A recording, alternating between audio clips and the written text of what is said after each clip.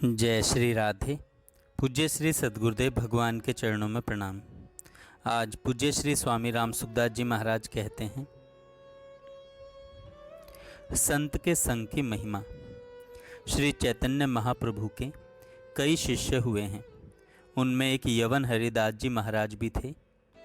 वे थे तो मुसलमान, पर चैतन्य महाप्रभु के संग से भगवान नाम में लग गए। सनातन धर्म को स्वीकार कर लिया। उस समय बड़े बड़े नवाब राज्य करते थे। उनको बड़ा बुरा लगा। लोगों ने भी शिकायत की कि यह काफिर हो गया, इसने हिंदू धर्म को स्वीकार कर लिया। उन लोगों ने सोचा, इसका कोई ना कोई कसूर हो तो फिर अच्छी तरह से इसको दंड देंगे। एक वेश्या को तैयार किया और उससे कहा, यह भजन करता है, इसको यदि तू विचलित कर देगी तो बहुत बड़ा इनाम दिया जाएगा। वेश्या ने कहा, पुरुष जाति को विचलित कर देना तो मेरे बाएं हाथ का खेल है। ऐसे कहकर वह वहाँ चली गई जहाँ हरिदास जी एकांत में बैठकर नाम जप कर रहे थे। वह पास में जाकर बैठ गई और बोली, महाराज, मुझे आपसे बात करनी है।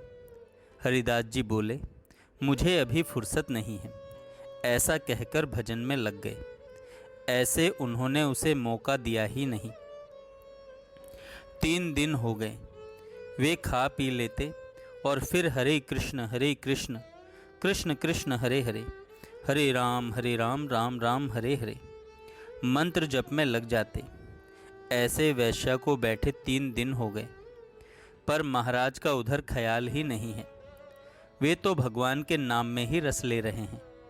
अब उस वेश्या का भी मन बदला कि तू कितनी निकृष्ट और पतित है। यह बेचारा सच्चे हृदय से भगवान में लगा हुआ है। इसको विचलित कर नरकों की ओर तू ले जाना चाहती है। तेरी दशा क्या होगी। इतना भगवान नाम सुना, ऐसे विशुद्ध संत का संग हुआ, दर्शन हुए। अब तो वह रो पड़ी और कहने लगी, महाराज, मेरी क्या दशा होगी, आप बताओ। जब महाराज ने ऐसा सुना तो बोले, हाँ, बोल, अब फुर्सत है मुझे, क्या पूछती हो।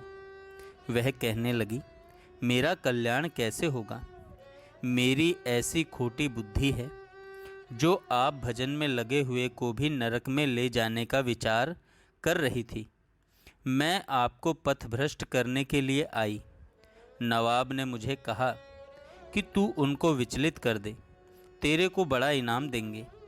मेरी दशा क्या होगी। तो उन्होंने कहा, तुम नाम जप करो, भगवान का नाम लो। फिर बोली, अब तो मेरा मन भजन करने का ही करता है। भविष्य में कोई पाप नहीं करूँगी, कभी नहीं करूँगी। हरिदास जी ने उसे माला और मंत्र दे दिया।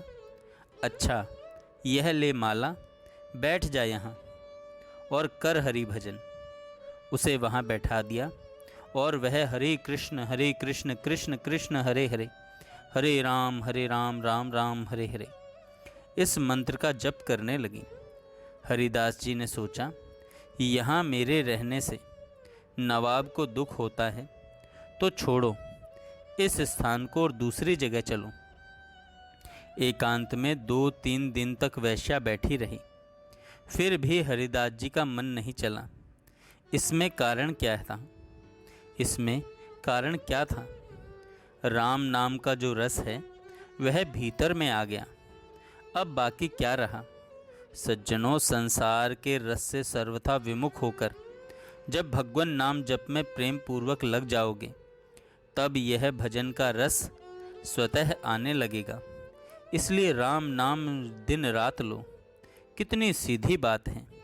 इसलिए राम नाम दिन रात लो, कितनी सीधी बात है कि राम लेने का मजा, नाम लेने का मजा जिसकी जुबां पर आ गया, वो जीवन मुक्त हो गया, चारों पदार्थ पा गया। नाम लेने का मजा जिसकी जुबां पर आ गया, वो जीवन मुक्त हो गया, चारों पदार्थ पा गया। किसी व्यापार में मुनाफा कब होता है, जब वह बहुत सस्ते में खरीदा जाए। फिर उसका भाव बहुत महंगा हो जाए तब उसमें नफ़ा होता है। मान लो 2-3 रुपये मन में अनाज आपके पास लिया हुआ है और भाव 40-45 रुपये मन का हो गया। लोग कहते हैं अनाज का बाज़ार बड़ा बिगड़ गया, पर आपसे पूछा जाए तो आप क्या कहेंगे? आप कहेंगे कि मौज हो गई, आपके लिए बाज़ार खराब नहीं हुआ। ऐसे ही राम नाम लेने में सतयुग में जितना समय लगता था उतना ही समय अब कलयुग में लगता है। पूंजी उतनी ही खर्च होगी और भाव होगा कलयुग के बाजार के अनुसार। कितना सस्ता मिलता है और कितना मुनाफा होता है इसमें। कलयुग में नाम की महिमा विशेष है। जय श्री राधे।